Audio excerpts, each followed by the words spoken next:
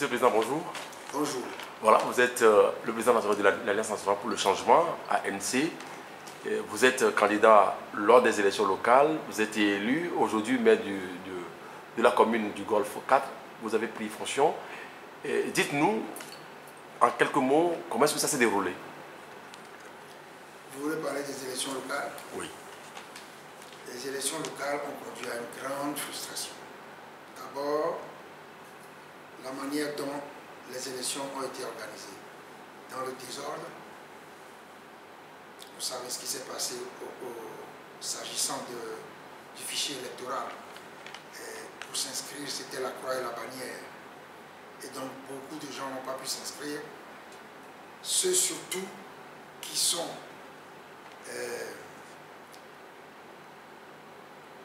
considérés comme des militants de l'opposition parce que, ayant refusé de s'inscrire en suivant le mot d'ordre lancé par l'opposition en novembre, décembre 2018 passé.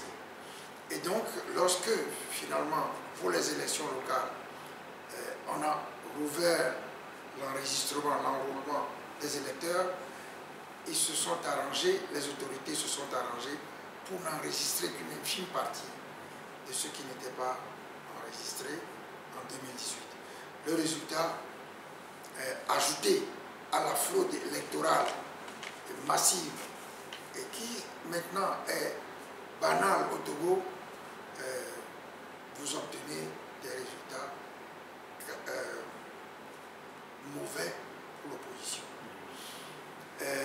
Donc, voilà ce qui concerne le scrutin lui-même et l'organisation, le processus électoral. Mais ensuite,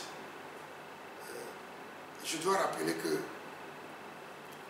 la loi sur la décentralisation a été modifiée alors que nous étions en campagne électorale. Et donc, il a été introduit ce qu'on appelle le district du Grand Lomé, qui crée une discrimination entre les populations de ce qu'on appelle le Grand Lomé, la commune de Lomé et d'Aguanibé ensemble, et les populations de l'intérieur. Pourquoi je dis ça? Le district du Grand Lomé, on dit, est dirigé par un gouverneur. Mais la composition de l'organe du district du Grand Lomé, c'est une composition mixte. Il y a des gens qui sont élus, et puis d'autres qui sont élus, c'est-à-dire sont des maires, etc. Et puis d'autres, ou des conseillers municipaux, et d'autres qui sont désignés par le chef de l'État. C'est-à-dire à 50%. Et donc, on ne peut pas accepter que des gens élus soient coiffés par quelqu'un nommé par le chef de l'État. Et c'est la composition de l'organe de direction du Grand Lomé, le district du Grand Lomé, pour nous, c'est une composition qui entretient une confusion voulue entre la décentralisation et la déconcentration. Et donc, moi, on a été installés, les maires ont été installés lors d'une cérémonie très étrange. On était tous entassés dans une petite salle et puis on entendait les discours des équipes sortantes. Ils appelaient ça une passation de service. Et dans cette salle, j'ai constaté qu'il y avait une photo du chef de l'État, le prédécesseur de celui-ci, M. Gnassingbé Yarema. J'ai été très étonné. J'ai fait remarquer d'ailleurs que cette photo, quel que soit le respect que l'on veut avoir pour la personne de M. Gnassingbé Yarema, cette photo n'avait pas sa place dans cette salle qui se trouve être une salle de la préfecture du Golfe, c'est-à-dire une salle de l'administration publique. Voilà, si vous voulez, on va essayer de revisiter un peu dans les délais ce qui s'est passé avant que vous ne soyez élu maire de Golfe 4. Beaucoup n'ont pas compris en réalité comment ça a évolué. Est-ce que vous pouvez encore nous donner les détails? Parce que ça crée tellement de frustration au sein de l'opposition aujourd'hui. Est-ce que vous pouvez Pourquoi des frustrations au sein de l'opposition? Je crois que l'opposition, dans sa grande majorité, a décidé de prendre part à cette élection. Et nous, il y a des partis qui se sont regroupés dans une structure à laquelle nous appartenions et à laquelle on n'appartient plus. Et il y avait donc ces partis, il y avait l'ANC et puis d'autres partis politiques. Et chacun s'est présenté sous sa bannière. Et ces élections ont donné des résultats. J'ai déjà parlé de la manière dont ces élections se sont déroulées. Beaucoup de fraudes, beaucoup de bourrages d'urnes, des choses incroyables. C'est pour ça que je parle de la banalisation de la fraude au Togo. Maintenant, après ça, il y a eu les conseillers municipaux qui ont été élus au cours de ces élections locales. Et puis après, il y a eu les élections des maires. Je peux vous garantir que ça n'a pas été facile parce que le RPT a tout mis en œuvre pour empêcher des membres de mon parti, l'ANC, d'être élus. Mais moi-même, le RPT a tout fait pour m'empêcher d'être élu. Mais j'étais trop loin par le suffrage que les populations ont porté sur moi pour pouvoir être empêché d'être élu maire. Voilà, sur ce registre, il a été dit que vous avez négocié ce poste avec une histoire de coup de fil qui a chamboulé tout. Non, vous savez, malheureusement, au Togo, les choses se passent comme ça. Je ne peux pas, et tout le monde le sait. Et tous ceux qui me connaissent savent que aucune personne raisonnable, normalement constituée, ne peut accuser Jean-Pierre Fabre de négocier des postes de maire auprès du pouvoir en place. Il faut faire preuve d'une très grande mauvaise foi pour pouvoir le dire. Donc, je n'ai rien négocié avec qui que ce soit. Je l'ai dit. J'ai entendu effectivement dire que j'ai rencontré le Premier ministre pour négocier des postes de maire. Je n'ai pas rencontré le Premier ministre. Je ne l'ai pas rencontré, je ne l'ai jamais rencontré. C'est moi-même qui ai dit à la personne qui a déclaré que j'ai négocié les postes, c'est moi-même qui lui ai dit, par souci d'unité d'action, que j'ai reçu un coup de fil et même des coups de fil du Premier ministre. Je n'ai pas répondu à ces coups de fil et je n'ai pas rencontré le Premier ministre. Voilà. Mais moi, je suis quelqu'un de transparent. Et j'ai été choqué et indigné d'apprendre de la bouche de la personne que j'ai informée d'avoir reçu des coups de téléphone du ministre. Coups de téléphone, je n'ai même pas décroché, auquel je n'ai donné aucune suite. J'ai été, c'est vrai, choqué, indigné d'apprendre de la bouche de cette personne que j'ai négocié des postes de Premier ministre. Mais ça, c'est la politique. Malheureusement, togolaise, quoi. Je n'ai pas grand-chose, je n'ai pas autre chose à ajouter à ça. Je trouve ça déplorable. Et voilà.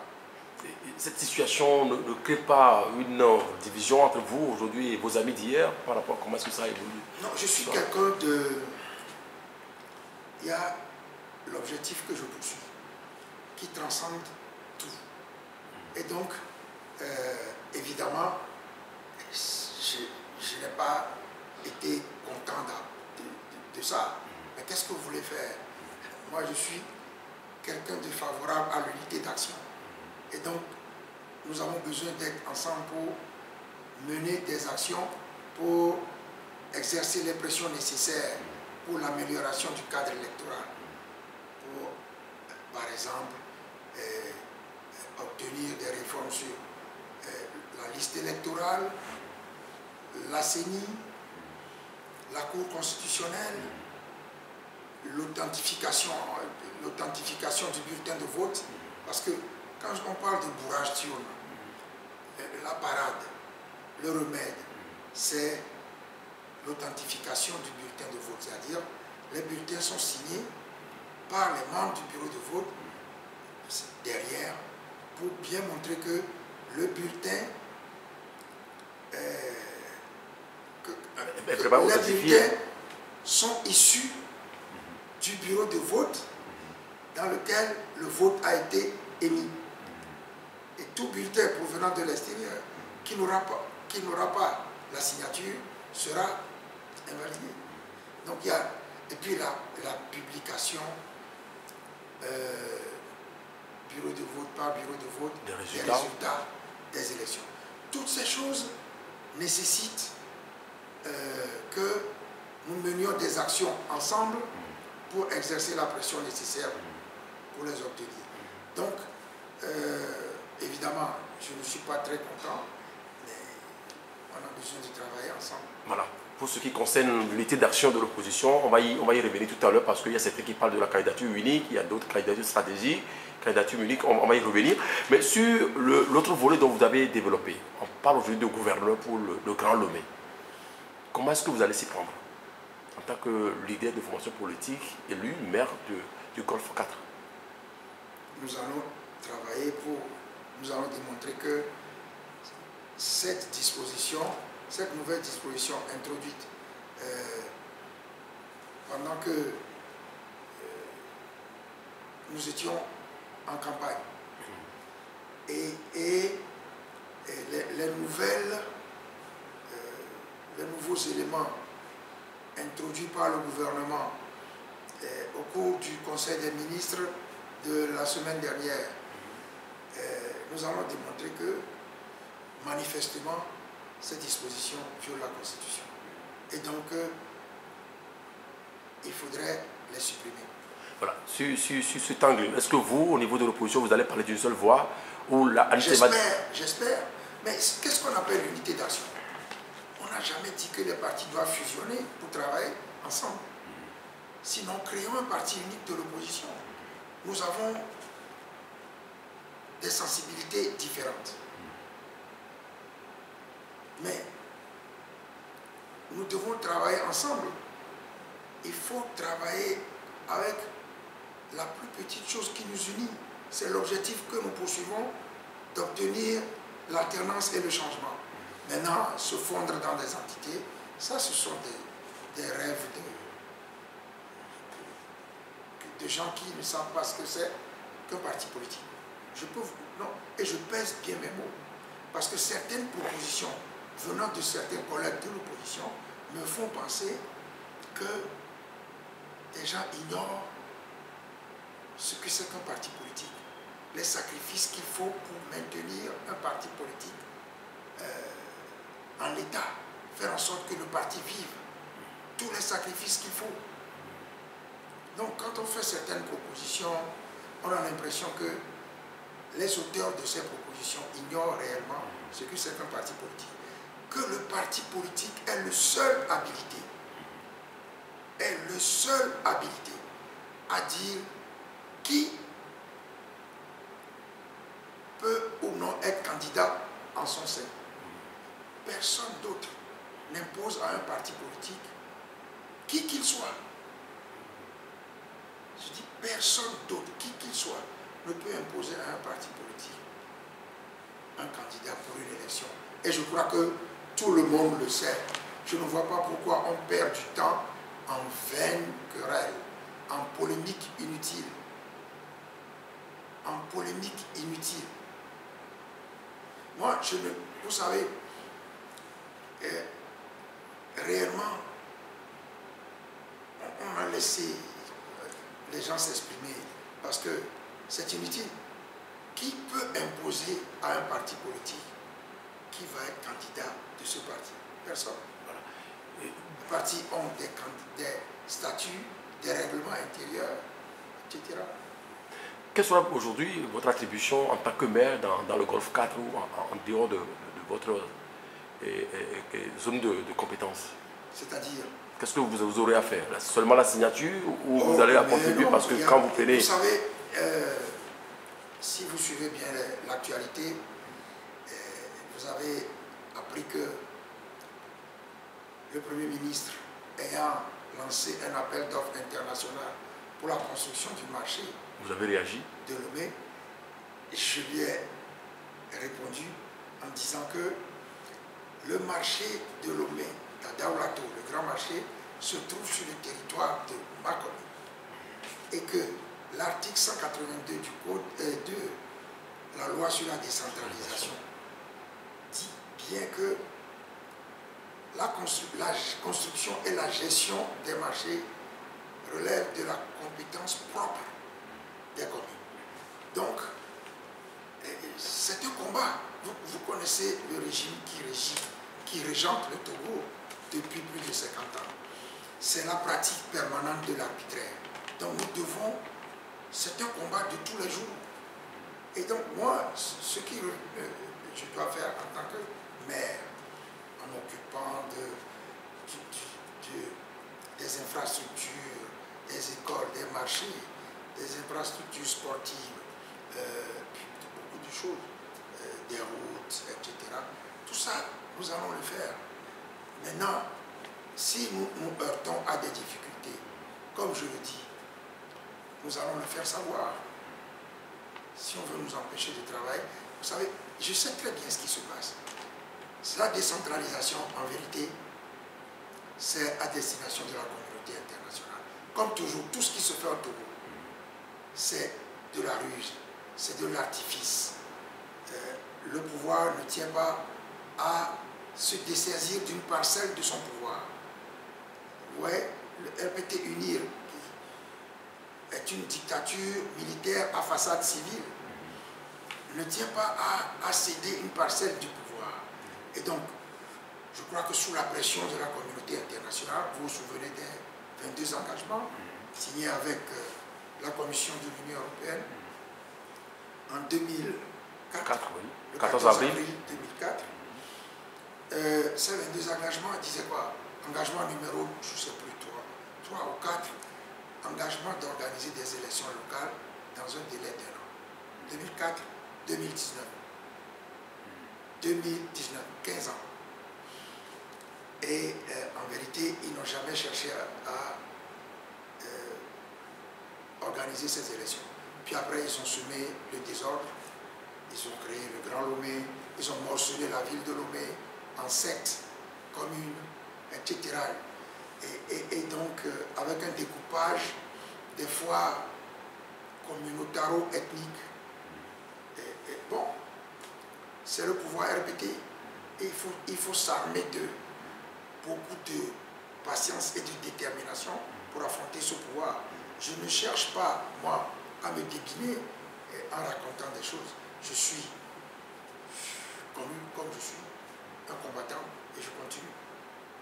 Voilà, pour clore ce chapitre des élections locales, vous êtes maintenant installé. Vous allez travailler où? Votre siège, c'est où? Eh bien, je vais vous surprendre, je n'ai pas encore de siège parce que je suis le maire.